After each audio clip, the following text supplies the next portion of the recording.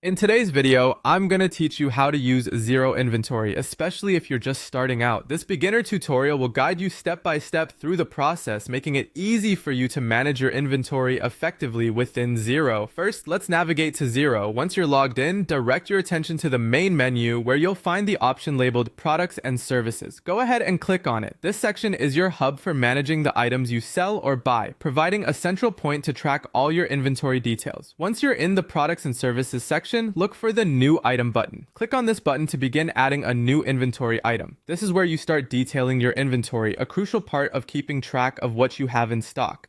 Next, you'll need to add a unique code for your item. Think of this as a reference or a shorthand that makes it easy to identify each product quickly. After assigning the code, you'll want to enter the name of the item. Be specific and clear, as this helps in identifying and organizing your inventory effectively. Moving on, input the cost price for each item. This is the price at which you purchased the item, and keeping this updated is important for maintaining accurate profit margins.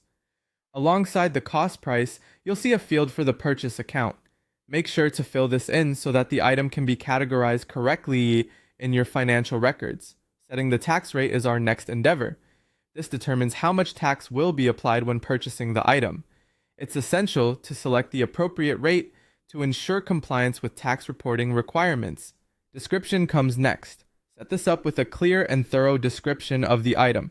Providing detailed information will be helpful for anyone using the inventory system, ensuring clarity and reducing confusion. Then we move on to the sale price. This is the amount you charge your customers, so make sure to consider your profit margin when setting this price. Following that, enter the sales account. This will again help categorize the transaction properly in Xero's accounting system. Like with the purchase side, you'll need to enter the tax rate on the sales account as well. Ensuring this is accurate will maintain the integrity of your revenue reports.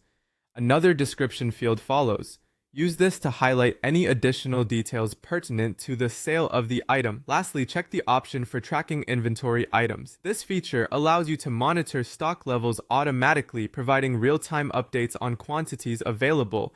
To wrap up, head back to the top, ensure all details are accurate, then click Save. Congratulations, you've successfully added a new item to your inventory in Xero. Remember that consistent management of your inventory will aid in seamless business operations and financial clarity. Thanks for watching, and see you in the next video.